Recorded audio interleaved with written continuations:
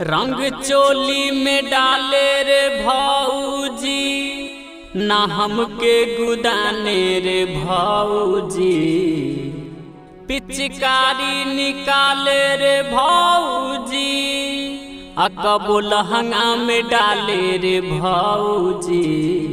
होली में देवरा न माने बात टाले, रंग चोली में डाले रे भौजी।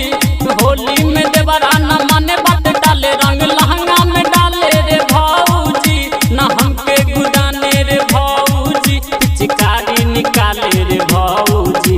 न हमके गुदाने रे भौजी, पिचकारी निकाले रे भौजी।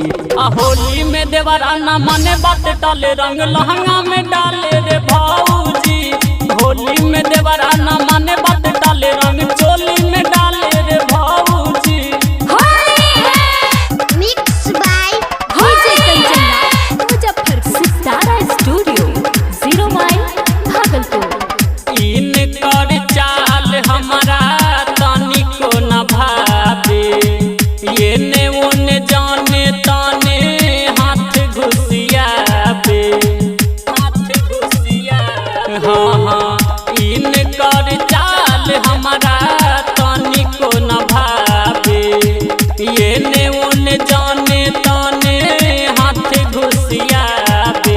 आके घर में घुसे रे भौजी, रंग देबे लारो से रे भौजी।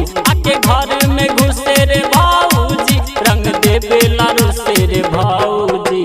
होली में देवरा न माने बात टाले, रंग लहंगा में डाले रे भौजी।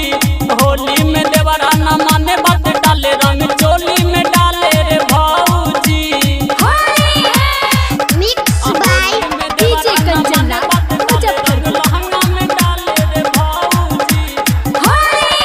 खूब रंग दिहलस लगा बबनी डर डर रे, भीजल शरीर हमार कांपे थर थर रे, कांपे थर थर। हाँ खूब रंग दिहलस लगा बबनी डर डर रे, भीजल शरीर हमार कांपे थर थर रे। कब कोरा में धरे रे भौजी, कुछ कहलो पलड़े रे भौजी।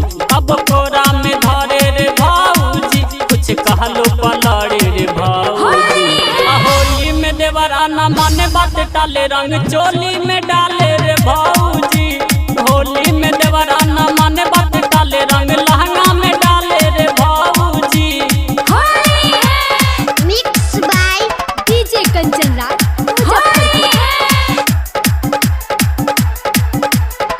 नैहर में जाके हम बच गईनी कितना बारी, ससुरा के होली आसो पड़ गईल भारी, पड़ गईल भारी। हाँ नैहर में जाके हम बच गईनी कितना बारी, ससुरा के होली हमारा पड़ गईल भारी। धक पांडव पछारे रे भौजी, सिकंदर दबारे रे भौजी। धक अनिरुद्ध पछारे रे भौजी, गोविंद गौरव दबारे रे भौजी।